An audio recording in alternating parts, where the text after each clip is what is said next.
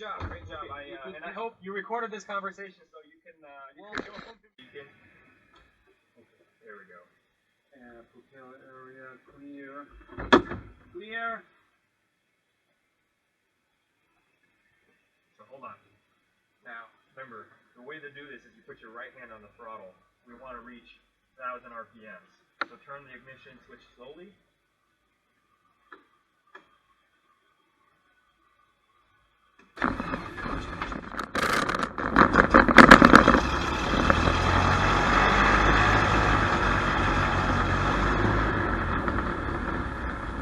Hello, this is Marcello Cicchini, and today is my second lesson. Yeah, because the engine's cold. You don't want to. And now, like yesterday, we fly to Lake Stevens again. This beautiful lake. And we depart from the 3-4 rights like yesterday, and we head northeast. It's November 18th, 2021, and I'm processing this video on February 4th, 2022. And my flying school, Regal Air, is based in Paine Field, Everett, Washington. And this is where we are. Central ramp, getting ready for our flights. And today I still fly with the Cessna 152. After 2.5 months of this date, I'm still not having my solo flight. We had to cancel many lessons because of the weather. Still not very good. Before departing, we listened to ATIS, which is a broadcast of information about weather around the airport. It gives us the barometric pressure, wind direction and intensity, temperature, dew point, and other useful information. The altimeter is giving me the elevation based on the current barometric pressure, and so I'm setting it right now.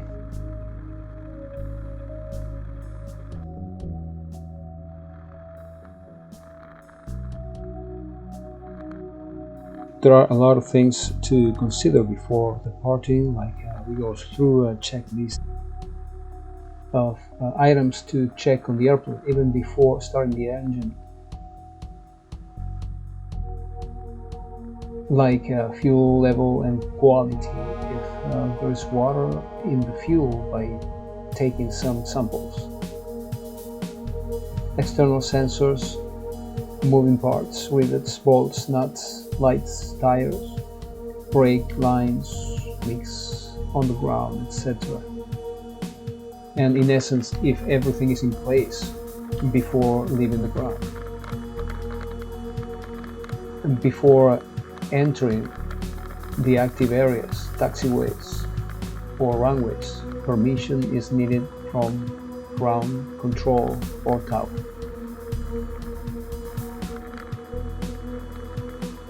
And after starting the engine, we check oil temperature and pressure, alternator charge, testing brakes, etc.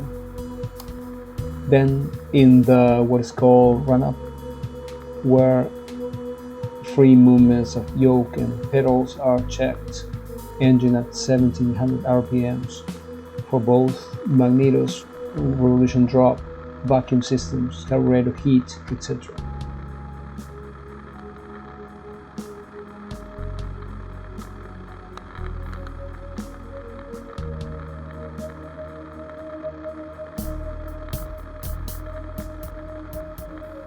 And as I say, here in Lake Stevens, it's about 10 nautical miles from Paine Field, and we are at 3,000 feet. And first of all, I need to learn how to use ground references, points, meaning the horizon, and landmarks. That's why it's called VFR, Visual Flight Rules. So I perform altitude changes by external references, wind tips for level flight, and the nose of the airplane positioned with respect to the horizon.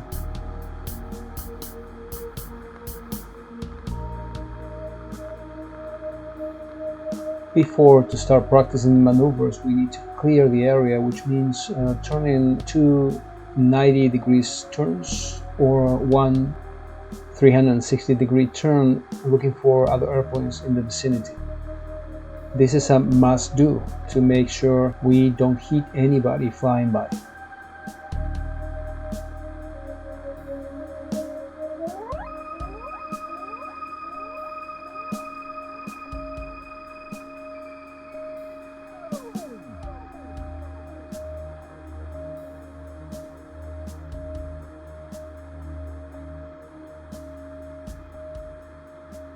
Turns while climbing, turns while descending.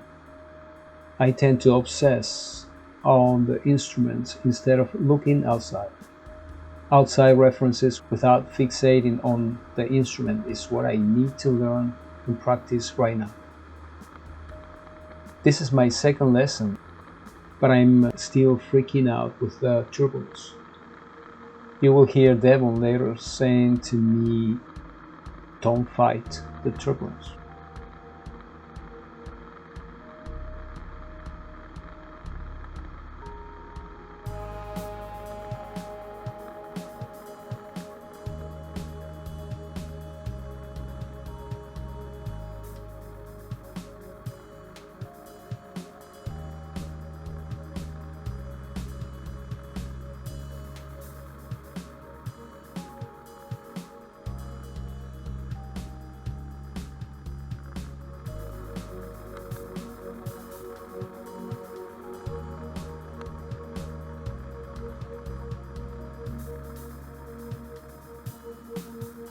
Devon here is teaching me how to practically let the airplane fly by itself, meaning trimming the airplane in a way that leaving the yoke, there's no change in altitude. The airplane flies by itself.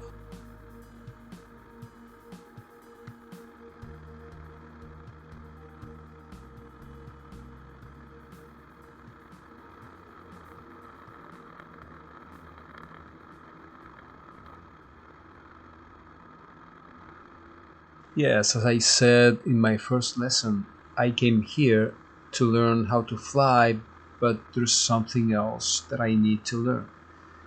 For example, how my hair is missing. Oh my gosh, I didn't believe when people told me that I was losing my hair, but now I'm learning that they were right. I'll find a digital hair, maybe animation to cover my bald spot. There, I'll fix that problem. Yeah.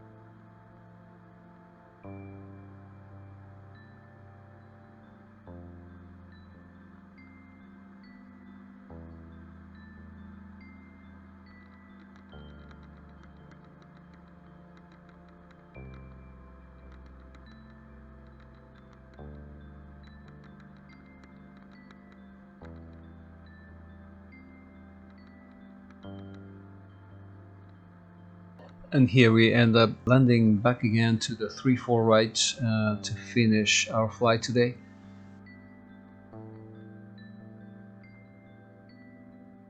I feel amazed that in my second lesson I feel so behind.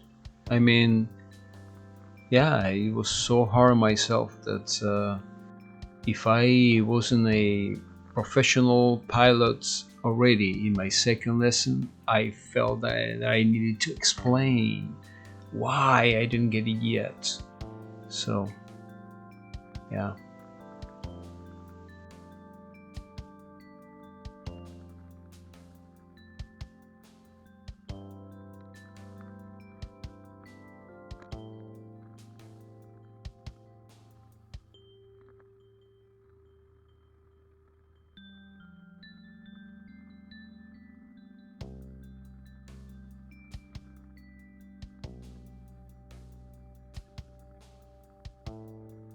And there I am trying to explain to Devon that I was still freaking out, and I just wanna punch my own face. I feel like, why do we have to, use your instructor as your therapist? I mean, I see myself after almost 3 months of flying and still being, just very early as a student.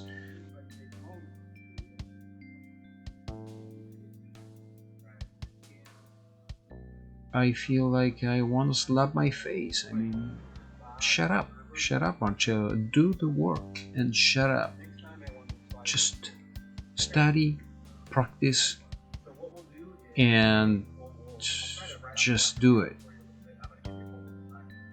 Just do the work. Just be patient.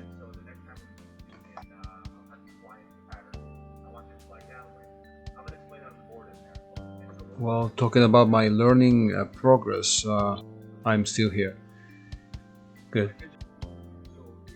Well, all those initial lessons are over, but I need to learn a lot more to obtain my privileges as a private pilot and fly autonomously anytime I want. Still a lot to learn, and to be aware of. And I got used to flying the flight simulator, right? When I stepped into a real airplane, it felt so different because I wasn't used to like this, and I wasn't used to the senses when you're flying, right? I had to relearn everything because the flight simulator put me in bad habits, right? So one thing I'm learning very clearly is how we respect the weather, and we don't fly if there is a margin of danger. And that's a good thing. some people, when they turn and the airplane goes like this, they'll put their head up so they're straight.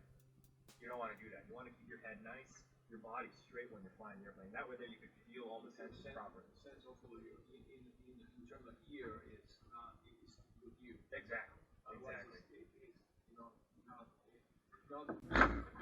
Yeah. Anyways, great job. And I hope you recorded this conversation so you can go home.